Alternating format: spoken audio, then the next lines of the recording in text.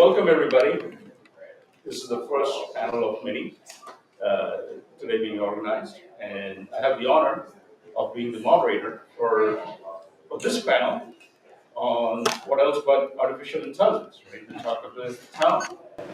Um, they're amazing. I know each one of them, different personalities, and it's going to be a very diverse discussion. There's a futurist here, and I'll let David introduce himself. We have an educator and a math nerd, a very prolific author. He is very good at math, but awful at drawings, right? But I think he's become very good at bad drawings, by the way, right? Yeah. And Lori is a amazing AI practitioner. So whenever I get stuck somewhere, I will say, what will Lori do? So WWLD. Yeah, it's going to be so much fun. Right? And by way of introduction, my name is Arun. I am married to Rima, who runs the Thinking Spot. I also, in my day job, am a advisor for leaders on software engineering and artificial intelligence. And I'm happy to moderate here. Right? So David, you guys want to introduce yourself, about what you do, what you're excited about, what you're not excited about? Yeah, absolutely. Can everybody hear us okay? Do we need the microphone at all? I would prefer you use the microphone, Okay, please. Yeah. Hello? Yes, working? So my name is David Espindola. It is a great pleasure to be here with you today. Thank you so much, Arun and Rima, for putting this together. I spent a little bit of time at the Thinking Spot talking about my book, and it was a great opportunity to have just an open conversation about what's going on with AI, and it was a great joy for me to be able to do that. And being here again with Arun and Rima and all of you is a great pleasure. So a little bit of my background. I'm an engineer by training. I've been in the technology software industry for more than 30 years. I worked at Oracle for 10 years, so I have a strong software background. And more recently, I started diving deeper into AI and understanding the technology, but more importantly, what I was interested in is what is the impact that AI is going to have on us as humans, in society in general, and in the world of work. I think we're all experiencing, there's so much that's changing all around us, and we need to be prepared for these changes. So what I tried to capture in my book was exactly this idea that we need to be prepared for these changes that are coming fast and furious at us. And I provide a number of recommendations, and I talk about the importance of developing skills to be able to cooperate with intelligent machines. And so I'm interested in all things related to AI and its impact on us humans. Yeah, thank you. Thanks all for being here. And yeah, thanks so much, Arun, for hosting and moderating the whole panel, and Rima for organizing. Yeah, this is really fun. I think the Twin Cities is such a cool place. I've only lived here 6 years now, but getting to know the world here and the people here and the expertise here has really been fun. So I like a day like this is a really special thing. I am fundamentally a teacher. I'd say, yeah, Arun summed me up well. I'm a teacher. Out of college, I taught high school and then some middle school. Now I teach a little bit at community college. And then somewhere in there, I started writing about math. I always loved writing. I started a blog called Math with Bad Drawings. Which people often ask me, why'd you call it Math with Bad Drawings? Have you looked at the drawings? They're really bad, I can't draw. And so, yeah, but math needs visuals, and so what I did, actually, we've got slides in a few minutes that include some of my authentically bad drawings. I think my relationship to AI right now is mostly someone who is fascinated and excited and nervous. And so I view myself, you've got AI experts up here on the panel, and then I view myself here in the role of gadfly and questioner. I'm a teacher at heart, I'm a writer by vocation now, and AI is changing all of that stuff. It's changing everything. And so trying to figure out how to claim our agency and our values as AI sweeps through the world is something that interests and excites me, and yeah, I'm curious to hear what everybody's thoughts on that are. Hello there, I am Lori Ryan. I'm incredibly grateful to be here. Thank you, Rima, Thinking Spot, Arun. Pleasure to be up here with David and Ben. My background is I spent, I think, like 20 years in TV news as an executive producer, coming up with what are the stories people will care about, who should we interview today, what are the questions that matter, and somehow a couple zigzags in there landed in IT project management, working with some of the biggest companies where I learned an awful lot about change management. And then when these tools came on the scene, I was like, oh my gosh, this is the biggest story I've seen in my lifetime. And they've just dropped all of this tech on all of us without any type of playbook. As humans, as organizations, and what are we gonna do about it? And through that, I started training my friends, because first off, it wasn't easy for me to find. So I'd have friends over and I'd be, all right, everybody, let's dig in and let's try stuff and see what happens. And from there it grew. A couple of organizations I worked with, I started getting them all using these tools, and the initial reaction was, I don't need it, it's wrong, it doesn't work. And as I've been speaking over the last 2.5 years, what's amazing is what started as people not engaging with these tools. Now, almost everyone's hand goes up, and it crosses between business and personal life. Maybe we can start with a question with you. And this would be for everybody as a panelist, right? So how do you see, well, let's see. What's one story, for example? You got many stories for you, I think, so, but that best shows AI's promise or its pitfalls? I believe the promise is helping people who need the help most, who maybe can't afford the expert help. And I know personal therapy is so important, but in speaking to the Minnesota Association of Social Workers, they had examples of how these tools are helping democratize much needed help for children. And I know there's a total other side of that coin. So I think it's going to be finding the balance in that. I also have seen it used as a helpful tool as a patient advocate. Mm-hmm. And I think we're seeing more of that, of people actually recording or having transcripts with conversations with doctors. And they're not asking it to replace a doctor.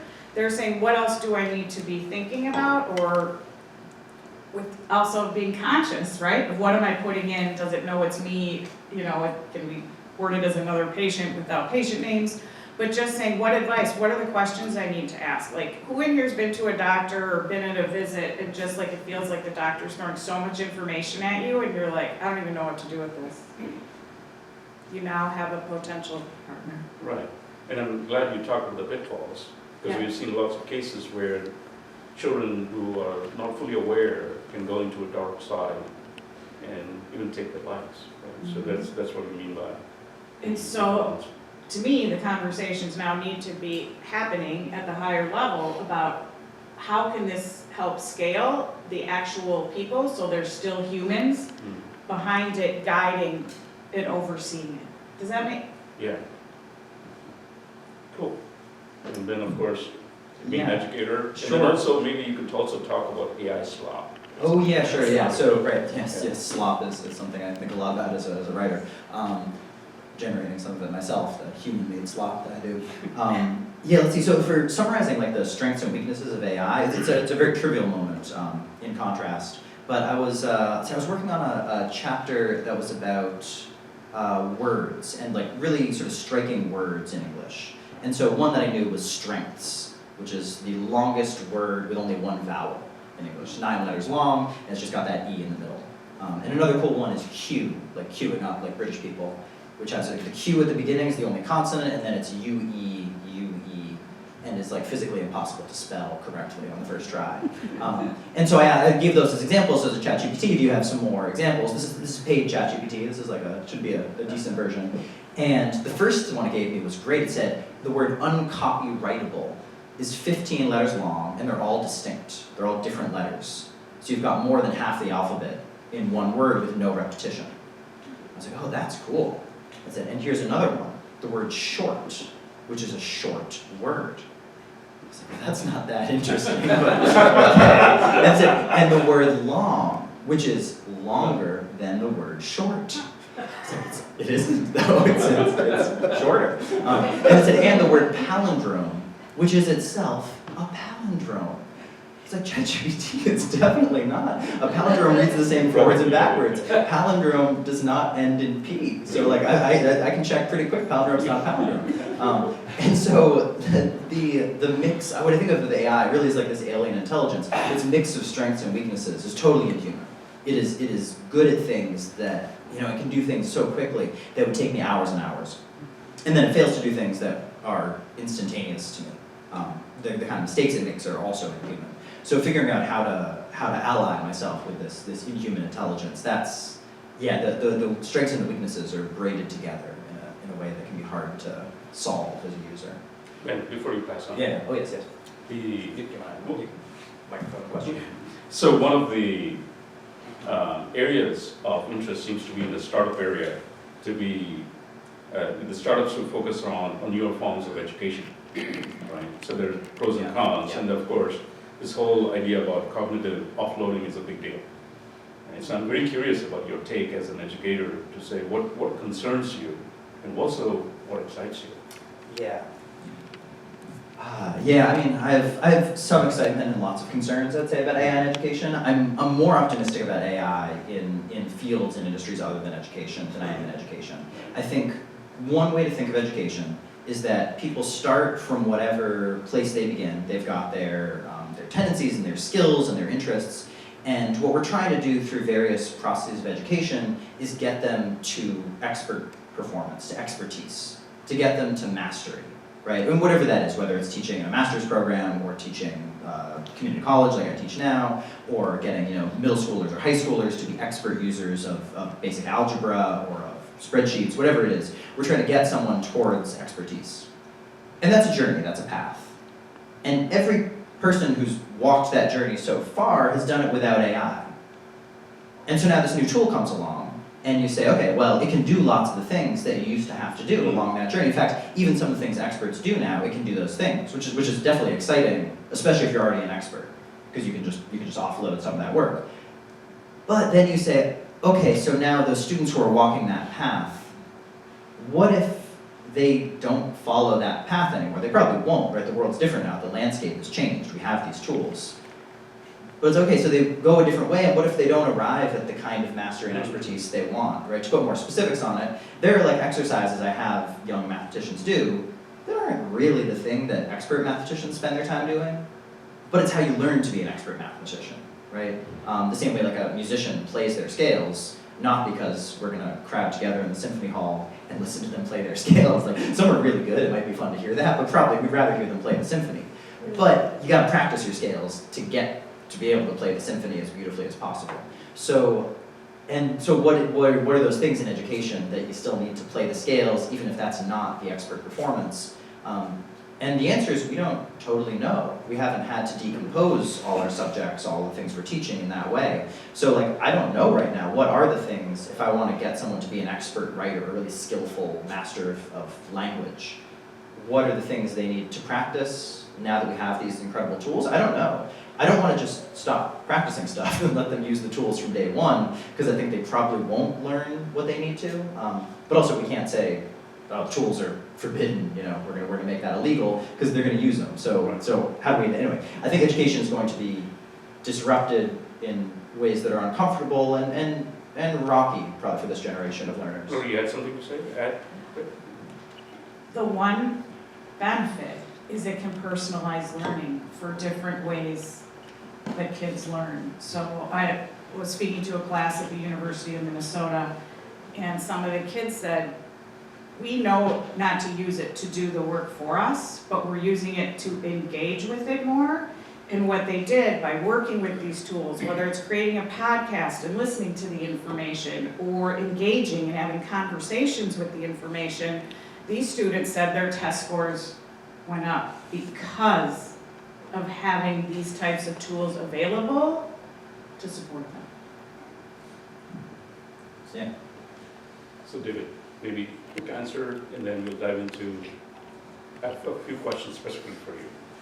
Okay, so I like that idea of personalization for education, and I think that's something that we're going to see more and more related to AI, is deep personalization in every aspect of our lives. Which the counter to that, so we're talking about technology, and technology, in my view, is neither good nor bad.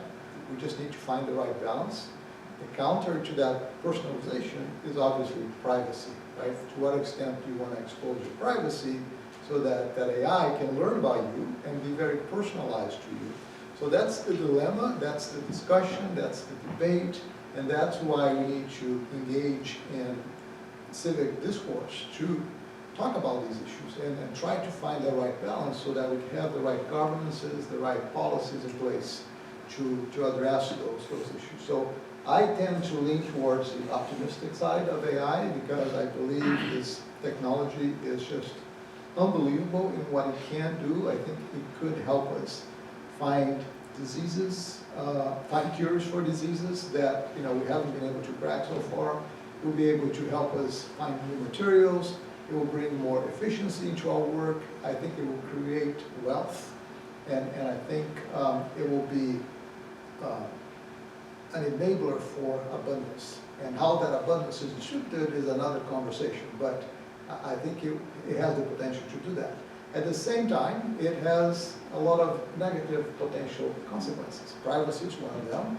Another one that I was talking to some of you is this idea of humans starting to develop relationships with these AIs and not being able to draw the line between what's an appropriate connection to the AI and what's not. So in my book, Soulful, and I called it Soulful exactly to make that distinction that we as humans, we are not just machines. Machines, my first chapter is called Machines Don't Have Souls. And I'm not going to try to define what a soul is, but I think instinctively you understand what it means to be human and to have that soulful understanding that the machines don't have. Machines don't feel anything. Machines don't have the ability to develop relationships, even though they're excellent at mimicking human emotions. So it's going to seem like the machine is listening to you, it's hearing you, it's giving you all this positive feedback, and then people fall in love with the machine because, when you're dealing with humans, that human relationship can be messy. We can have disagreements, we can have different points of view. Well, the AI can always say yes to you and say, oh, you're wonderful, And so people like that, and they end up falling in love with that machine. But so these are some of the negatives that I see, and there are many, many more. That are potential negatives for AI. So you've written 2 books, right? So one of the things, the exponential age 2, is the second one. You have something to show us, I believe, right? Zena? I do. Right? So maybe I'll ask a couple questions and maybe you can have Zena answer. Sounds good. Sounds like a challenge. Maybe you want to tell a little bit about what Zena is. Yes. So I have developed a AI, well, I can't say I developed it, I trained it to know my work. So I have trained this AI to understand my book, understand the content of my newsletter, and I started a podcast. And I thought, wouldn't it be cool if I had this AI to be a co-host of this podcast with me? And so I started engaging in conversations with this AI. She's been trained on my work, and I call her Zena, so I thought it would be cool to give her a name. And so over time, Zena started to really understand the things that I think about, the things that I like to talk about, and she has gained this perspective on my work. And so I have recently made Zena available to the public, so that if you're interested in having a chat with Zena, you can go in and just, it's a free account, you can open the account and you can start asking Zena about human AI collaboration is what she is an expert in. So if you have questions about human AI collaboration, you can go to ai.brainius.com. Brainius is my company, ai.brainers.us.com, so ai.brainers.com. And if you're interested in the podcast, it's called zina.brainers.com.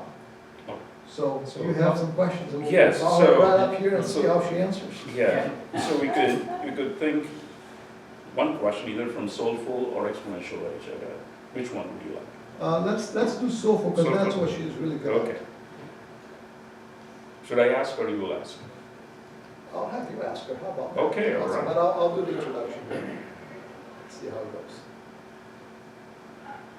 Hi Zina, this is David, and I am in a panel with a great audience here. We're talking about AI, talking about my book, and my friend who is the moderator, Arun, has a question for you. How about you engage with us in a conversation? Absolutely, David. I'm excited to jump in. I'm ready for Arun's question and to contribute to the discussion about AI and your book. Let's do this. Hi Zina, nice to meet you. I have a question for you.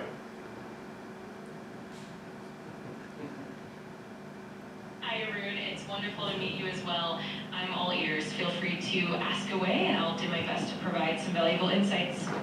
What human qualities or the soul do you believe AI cannot replace, and how should we nurture them? That's a fantastic question, Arun. I believe qualities like empathy, moral intuition, and genuine creativity are deeply human and tied to our soul. To nurture them, we can focus on fostering genuine human connections, prioritizing emotional intelligence, and creating spaces for reflection and ethical growth. It's all about balancing technology with our humanity. Very cool, thank you. Thank you, Zina. Appreciate you always having some great insights in our conversations. Of course, Arun, it's my pleasure, and I'm always here to help. Looking forward to more engaging conversations ahead. That's All right, great. So that was Well, just a round of little applause. sample of Zina.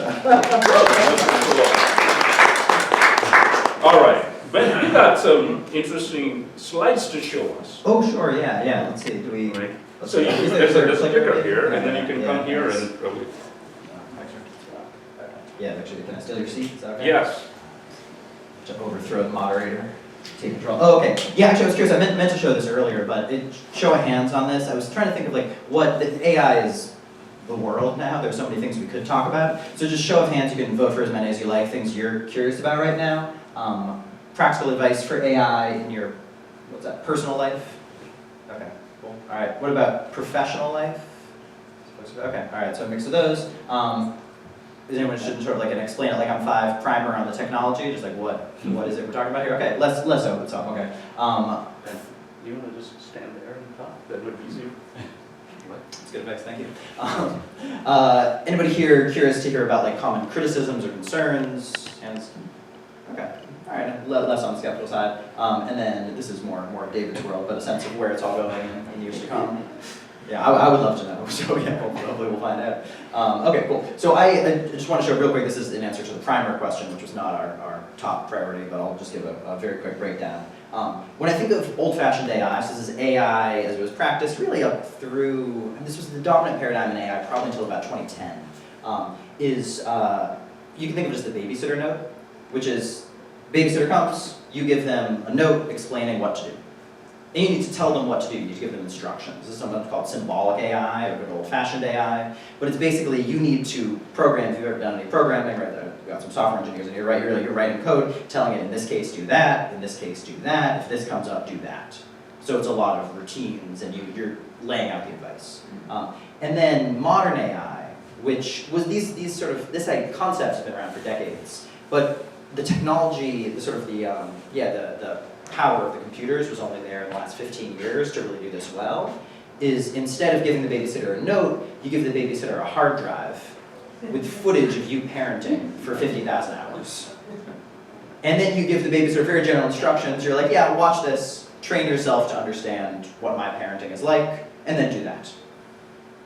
Which is a very different paradigm. And the result is a babysitter that is in many ways much better than the babysitter we had to tell exactly what to do, And also the results, we don't really know what the babysitter is doing. We know what the training data was. We know, I'll show you in a second, the architecture of how it's using this training data. But what exactly is the babysitter thinking? We don't really know. And so it's always interesting to hear folks from OpenAI or places like that talking about the models they've built, because they don't really know how they work. they know vastly better than I do. They know the architecture. Like, what is it doing in any given moment? That's a hard, open question. The human brain is a web of neurons, these cells. They take chemical signals in, and then if they get enough signals in, they're weighing them, then a cascade begins, and they send signals out. And that's a neural network is just this made into little circles, or numbers really, drawn into circles. You've got numbers coming in to a cell from other cells, and then it's weighing those numbers. It's like, okay, I'm gonna give 0.3 weight to that one, and 0.8 weight to that one, and then if the numbers coming in add up to some threshold, then this one sends the signals out and sends its numbers out on the next way. And I've drawn it with like 7 of these things on the board. The actual models have, actually don't know the scale, of billions, maybe tens of billions. It's getting to 1 trillion. Okay, wow, okay. So we're close to hundreds of billions up to 1 trillion. So huge numbers of these things. And then you give it enough electricity to run, that it basically runs for 8 weeks in a giant data center, and the electric bill is, I don't know, $500 million, just to run the electricity. You know that sound when like your computer starts kind of whirring, because it's thinking hard? Like, imagine that, but $500 million worth, $1 billion worth. And then you get these weights, and that's the result. One important contrast with human learning is not quite one shot in the sense you see one cat and you know what a cat is. But it's like you see a few cats and you kind of know what a cat is. The kids make mistakes, but it's like a pretty small data set. And for a neural network to learn what a cat is, it's more than 1 or 2. It's more than 10 or 20. It's thousands at least, and maybe closer to hundreds of thousands or millions of examples before it can identify a cat. So although it's modeled on our kind of intelligence, it's very different in how it's structured, it's very different in how it operates, and its strengths and weaknesses are very different. I think that's it for my, those are my cartoons.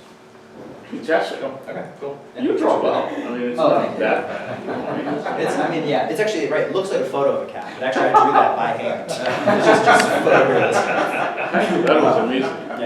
Thank you. Yeah. So Lori, you have quite a bit of interesting things to share, right? I have a few slides, because what happens is, I'm not an expert, but I hear from so many people, I collect stories of what they're doing, and what's crazy is when people share what they've done, they are so excited to talk about it. It's like, you're showing off.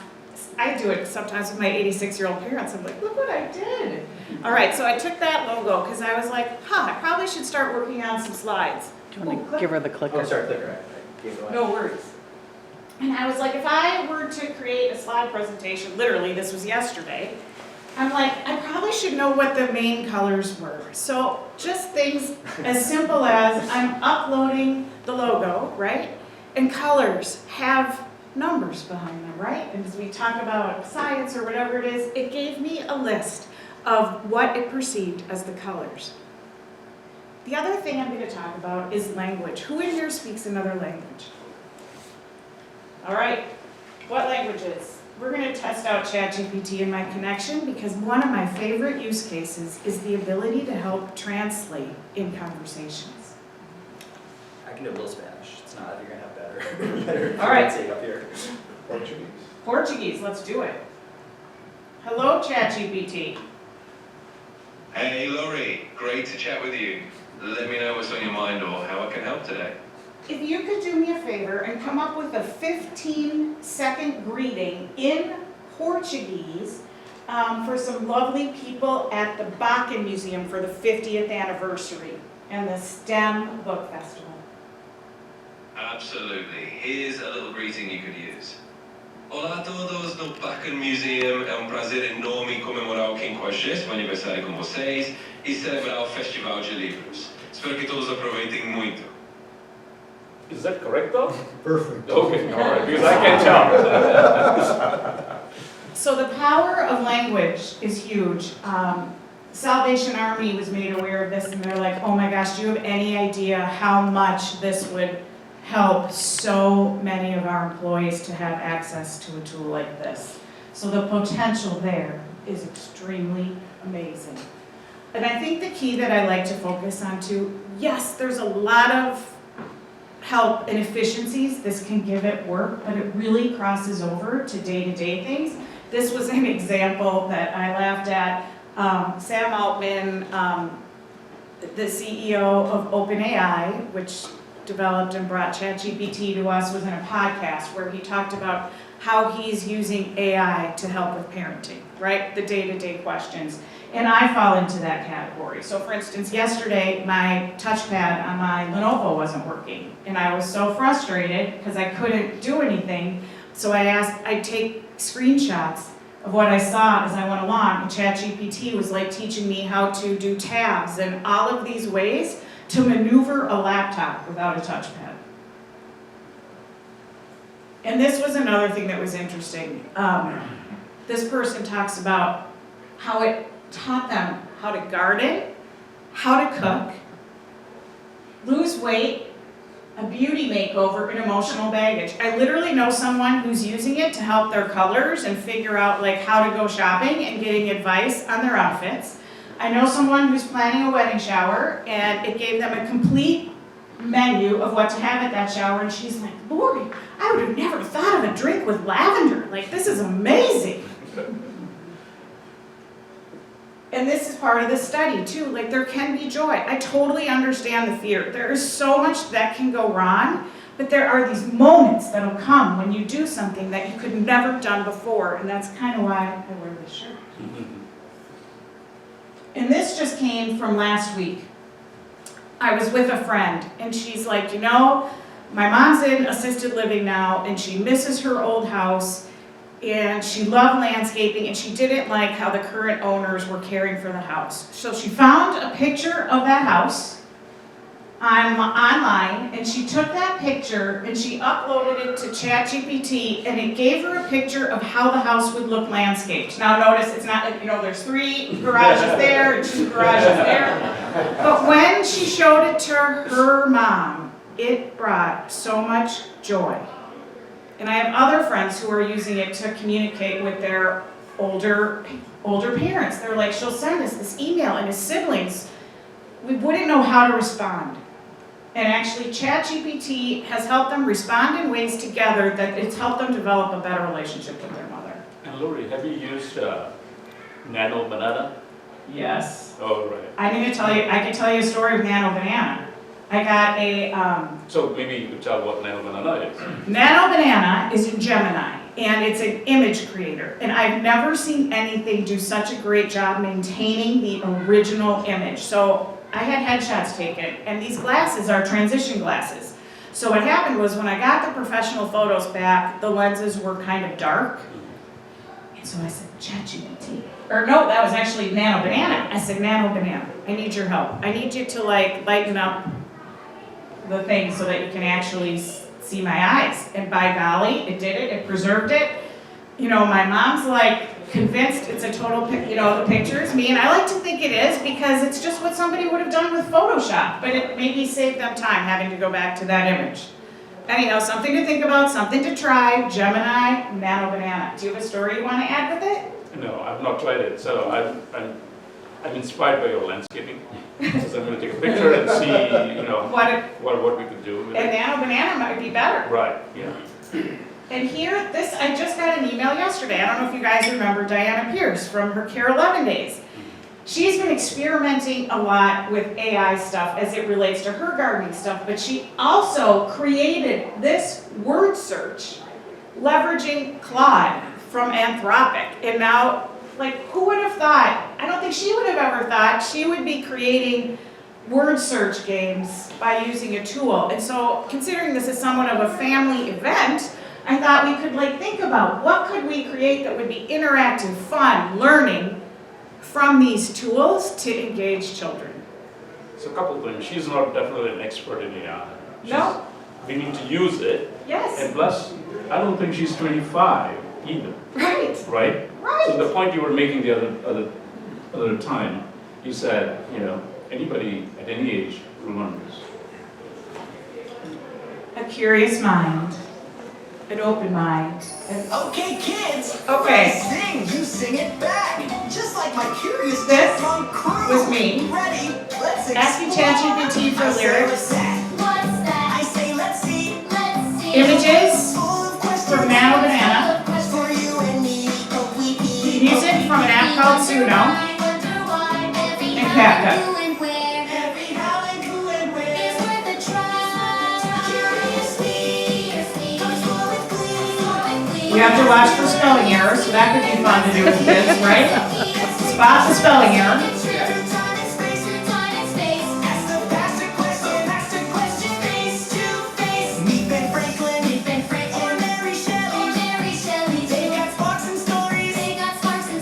Just for you. What do you see? What do you see? What do you hear? What do you hear? What makes you laugh? What makes you laugh? What brings you cheer? What brings you cheer? Now shout it loud. Hurry loud. I'm craving All right, you. that's enough for that song. I think so. So Lori, just to maybe, this is what is amazing that I find, what you do, is that you take different things and put together into a kind of a solution. So could you explain one more time, what did you do here? So you had an idea, I had an idea. then you went to, ChatGPT, and I said, I want to have lyrics for this event. Here's the audience. Help me get after it. But I'd say, I think what's important about this event, right? It's helping people understand, or kids, or whoever it is, the importance of being curious right now and being brave, because I think we're brought up in a world that is all about being perfect or getting things right. And I think the more we experiment and things go wrong, the more we learn, which is the act of what you talked about, experience. So I got the lyrics from ChatGPT. I took those lyrics, I put it into, and actually, I took the lyrics, I put them into Suno. And then I went back to ChatGPT. and And Suno is, Suno is a music creating app. So anybody here can write music at this point. And it's gonna change our music industry, right? So I think at some point, you know how musicians went to Spotify or whatever, and there was all that, concern back then?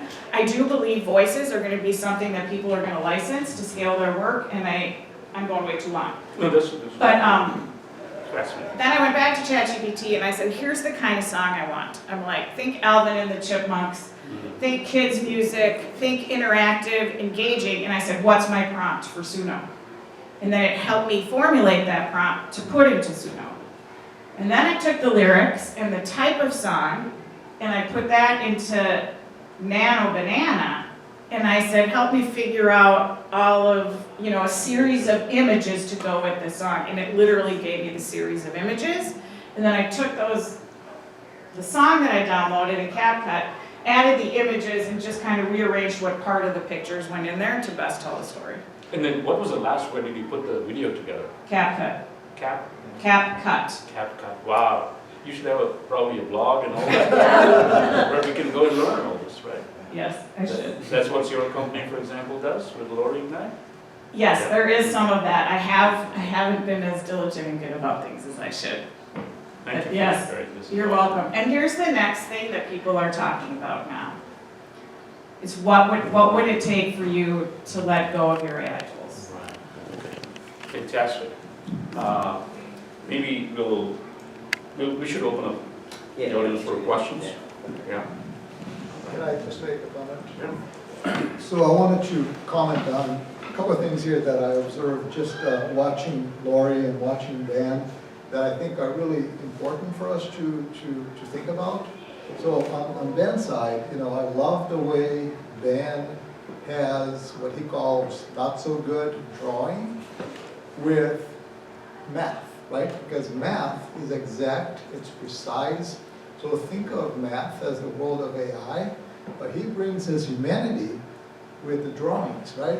The drawings don't need to be perfect. In fact, the fact that the drawing is not perfect is what makes it beautiful, right? It's the accent on top of the exact side of math. So I really like the way you've done that. And then with Lori, just think of the creativity, right?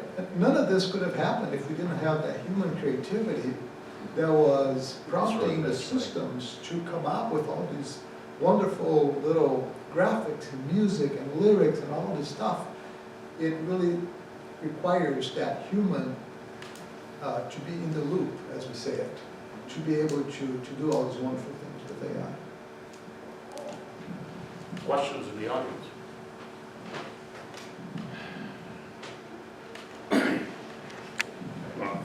A couple of years ago, right after COVID, I started working with people, and I ended up finding out that the royal family of Abu Dhabi's business investment firm, which has hundreds of companies, has an AI bot on its board. And everything goes through that, and that's a voting board member. So this has been for 3 or 4 years. And so I've interacted with it, and it's like interacting with a person in a certain way, but this is about so much money, it's some huge number. Are our banks or our companies that far along, or are we still 3 or 4 years behind? Maybe David, you want to take it? How far are, Yeah, so Just using what the I'll saying give is. you some of my thoughts on that. So I think we all probably heard about agentic AI, right? So agentic AI is letting AI take some actions and be able to do some transactions for you, right? So AI is using its own judgment and its own sensing based on what it knows about the data, about the environment, and it's then taking that knowledge and transacting with it. Now, in order for you to leverage agentic AI, you got to put a lot of trust in that system, right? And so one of the concerns that I have with these systems is that they're not deterministic. So you can't say, I want you AI to do X and then Y and then Z. You're just going to tell AI, this is the goal, the end goal, and let AI figure out how it's going to get there. So in the case of is it a board member? The board member, yeah, it's not what you're describing. It's like you're on a board and there's somebody who's a bot, who has full privileges, full rights, full complete responsibility. It's actually very interesting to do it as a board. Do you know how big the board is? Like the one AI You member? know, doesn't. cousins and, shapes and this and that. Yeah. I've tried to not get too far into it with everyone watching, thanks to AI, FBI, and everybody wants to know what they're doing and that kind of stuff. But because we've been talking about a lot of different things, but I just kind of watch it be part of the board and making decisions and doing stuff. So I want to know if our companies are really still so far behind, or are we, I mean, this is just one little country. Abu Dhabi's not that big. It's got a lot of money, but it's tiny. I mean, UAE, but this is the Abu Dhabi family specific. Yeah, I personally would be very uncomfortable with that situation because, the board is a governing body. This is about governance. Yeah. It requires judgment. I know, but requires I'm human. not it's not for us to say to other people. I'm trying to find out, are our companies using that? Because it's an interesting technique. Yeah. To put on board. I mean, I work for a company called Gartner, and I of course advise, but I don't see this, Yeah. right? In Western countries where they're really skeptical about things and in general, I've not seen anywhere else come up where they are using in production. Definitely these AI is helping with decision making, but not as an autonomous. So there are, at least in the leadership level, having the AI have a seat at the table to give a opinion, but it's still, That's what they're doing. it's not, yeah, it's not, we are not there yet, at least we have not seen it.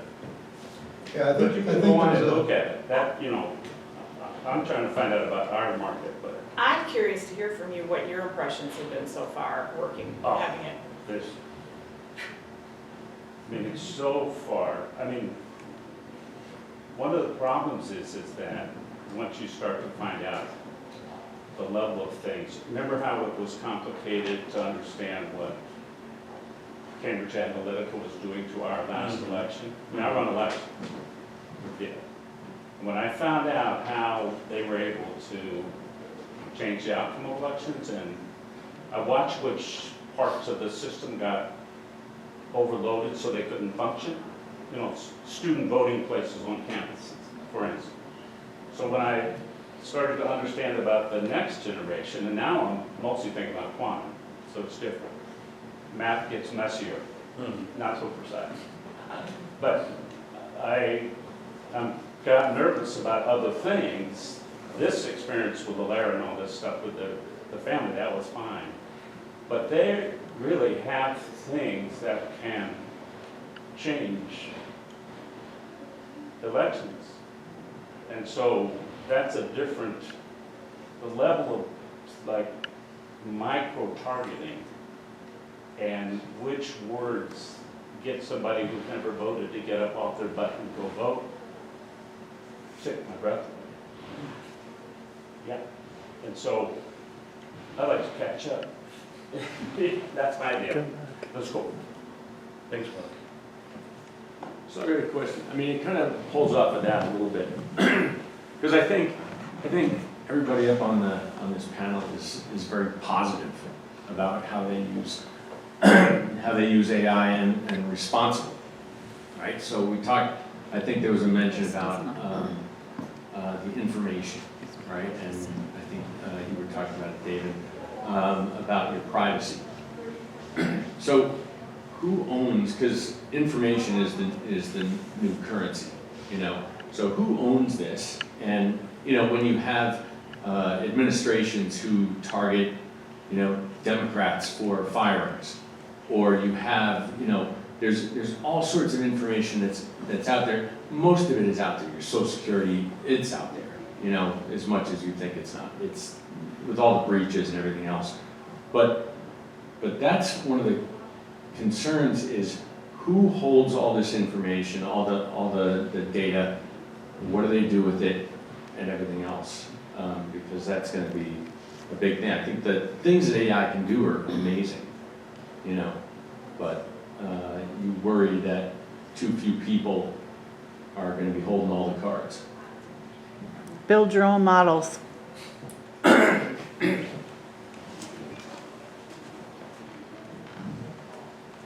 That's a tough question, isn't it? Well, it's a good question. Yeah. It's, at least in the enterprises, there are agreements that the enterprise data remains with the enterprise, and these model companies will not train. However, there are many other companies which offer services, and people do use it. And that's one of the challenges where they are companies which will suck up that information and keep it with themselves. And this has been one of the controversies with DeepSeek, which came out of China and was offered as a service. And it is a model that you run on your premise, then you can control it. But we don't know the difference, and that's one of the challenges that we have at this moment. The literacy and then the mastery is so low that people can start making some mistakes. And yes, there are malicious people out there equally. And that's the whole education process by, I think, having these conversations at the town hall level as everybody's using it to be aware of what to use and what not to. And I think, well, you had said build your own models.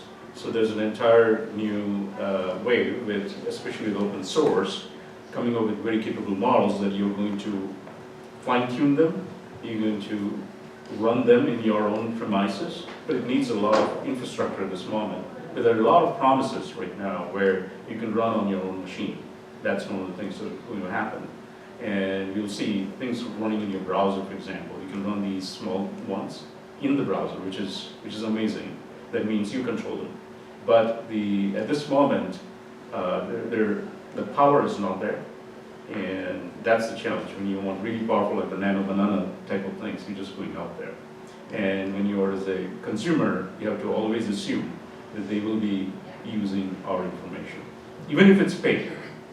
So you look at the fine print, that's what they are. I mean, otherwise, why would they give you, right? So it's one of those things, just like the next Google kind of thing. And they're using that to make their models and services better for the enterprises where they cannot consume that data. And the whole copyright issues and the issue of a first sin, it's controversial. Isn't it telling that in spite of all the lawsuits that are going on, people have settled, but it's not like a the huge wins there. For Anthropic, who settled for maybe a $1.5 billion, they're a $500 billion company.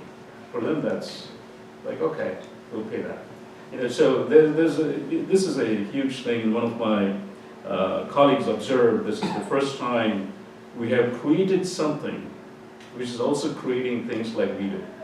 This is scary. Previously, we created something like machines and they would spin out a given widget.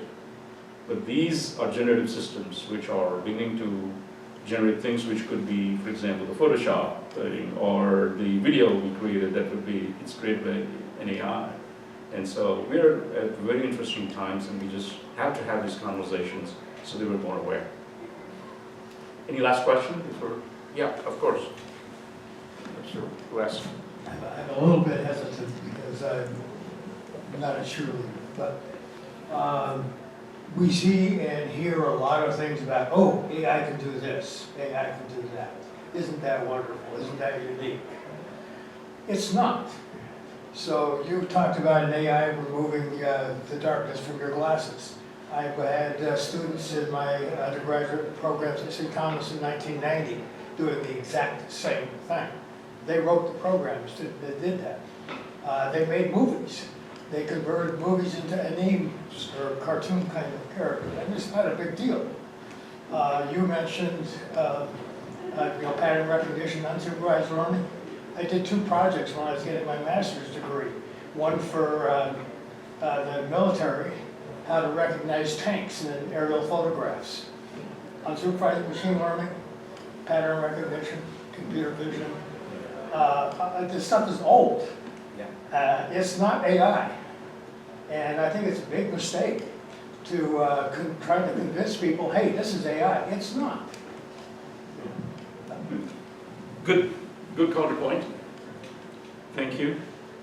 I think we need to end before the next panel comes in. Thank you, David, Ben,